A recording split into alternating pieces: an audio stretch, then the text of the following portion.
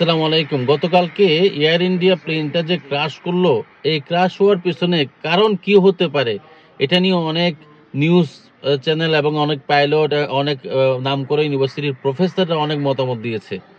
যদিও নর্মালি নিয়ম হচ্ছে একটা প্লেন যখন ক্রাশ হয় এটার ইনভেস্টিগেশন করে ব্ল্যাক বক্স যেটা আছে, একটা প্রত্যেকটা প্লেনের যে ব্ল্যাক বক্স থাকে, ব্ল্যাক বক্সটা প্রথমে রিকভারি হওয়ার পরে ব্ল্যাক বক্স অ্যানালাইসিস করার পরে এবং আদার আনুষঙ্গিক ইনভেস্টিগেশন করার পরেই কিন্তু আসল কারণটা মোটামুটি নির্ণয় করা যায়। প্লেন ক্রাশ নিয়ে যারা ইনভেস্টিগেশন করে ওয়ার্ল্ড রিনাউন্ড নিউজ পেপারে যেটা দেখলাম যে কি কি কারণ হতে পারে এই প্লেনটা ক্রাশ করার পিছনে, যে একটা প্লেন ক্রাশের ভিডিও যেটা ভাইরাল হয়েছে, ওখানে দেখা যাচ্ছে যে ল্যান্ডিং গিয়ারটা কিন্তু আপ ছিল না, ল্যান্ডিং গিয়ারটা ডাউন ছিল। নর্মালি প্লেন যখন মাটি থেকে উপরে উঠে যায় নিয়ম হচ্ছে ল্যান্ডিং গিয়ারটা উপরে তুলে ফেলা, কিন্তু প্লেনটা যখন এয়ারপোর্ট থেকে ওঠার ঠিক 5-10 সেকেন্ড পরে কিন্তু মেয়েডে ঘোষণা করা হয় এবং মেয়েডে ঘোষণার পরপরেই আপনার কিন্তু রাডার থেকে তাদের সাথে কমিউনিকেট করার চেষ্টা করা হলে আর চেষ্টা করা মানে করা যায় নাই, এবং মেয়েডে ঘোষণার ঠিক 10-15-20 সেকেন্ড পরে কিন্তু আপনার প্লেনটা ক্রাশ করে।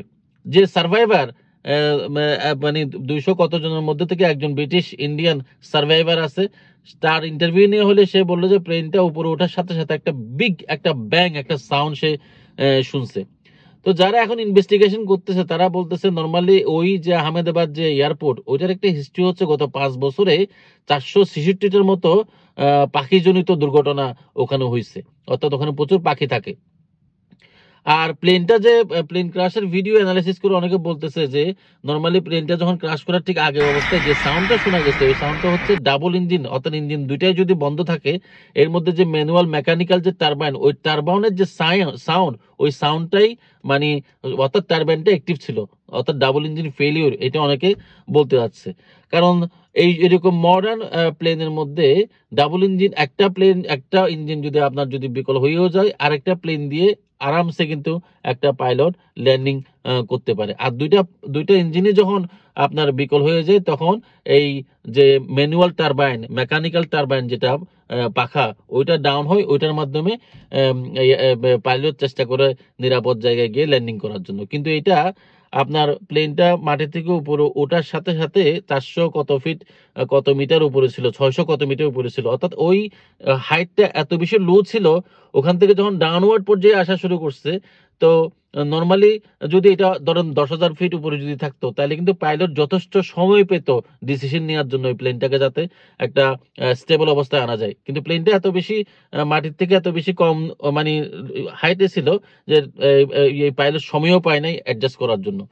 তো কারণ যেগুলা অ্যানালাইসিস আপাতত করতেছে, প্রথম কথা হচ্ছে অনেকে বলতেছে এটা ডাবল ইঞ্জিন ফেলিওর, দুইটা ইঞ্জিনে একসাথে বড় একটা পাখির ক্রাউড একসাথে গিয়ে দুইটা ইঞ্জিনে সাক করছে এবং দুইটা ইঞ্জিন বিকল হয়েছে, এটা একটা কারণ হইতে পারে। 2 নম্বর কারণ হচ্ছে যে এয়ারপোর্টে যখন প্লেনটা ফ্লাই করার ঠিক আগে সবকিছু তো অটো পাইলটে চলে, কিন্তু একটা পাখির যে উইংস এর সাথে কিন্তু ফ্ল্যাপ থাকে, ওই ফ্ল্যাপটা অ্যাডজাস্ট করতে হয় পাইলটকে based on weather condition and other factors. এখন ওই ফ্ল্যাপটা একটা পাইলট ও ভিডিওটা দেখে বলতেছে যে ওই ফ্ল্যাপটা আসলে পরিপূর্ণভাবে অ্যাডজাস্ট না বলে তার মনে হচ্ছে। একটা হচ্ছে ল্যান্ডিং গিয়ারটা আপ ছিল না, দুইটা ইঞ্জিন ফেলিওর, এটা অনেকে অনুমান করতেছে বেসড অন দ্য সাউন্ড। আর 3 নম্বর হচ্ছে এই ফ্ল্যাপটা ঠিক মতো অ্যাডজাস্ট হয় নাই। আর 4 নম্বর যে জিনিসটা সেটা হচ্ছে প্লেনটা ক্রাশ করার ঠিক 1 সেকেন্ড আগে ওটার উপর থেকে কালো একটা জিনিস উপরে দেখা গেছে, অর্থাৎ এটাকে কেউ প্যারাসুট দিয়ে কি ওখান থেকে জাম্প করলো, অর্থাৎ প্লেনটা ক্রাশ করার আগে কি পাইলট কি আসলে ওটু করলো, এটাও অনেকে ধারণা করতেছে।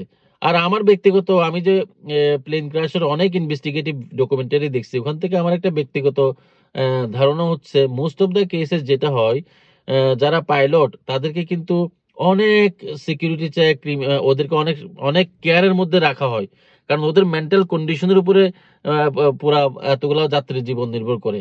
তো মোস্ট অফ দ্য কেসেস দেখা যায় যে পাইলটের ব্যক্তিগত সমস্যা, পারিবারিক সমস্যা, সুইসাইডাল মেন্টালিটি, ফ্রাস্ট্রেশন অথবা টু মাচ প্রেশার, এইসবও একটা কারণ হতে পারে। হয়তো ব্ল্যাক বক্স ইনভেস্টিগেশন করে যখন ফাইনাল রেজাল্টটা আমরা ফাইনাল ইনভেস্টিগেটিভ জিনিসটা যখন আমরা 3 মাস 6 মাস পরে জানতে পারবো, তখনই আসল কারণটা জানা যাবে। ধন্যবাদ।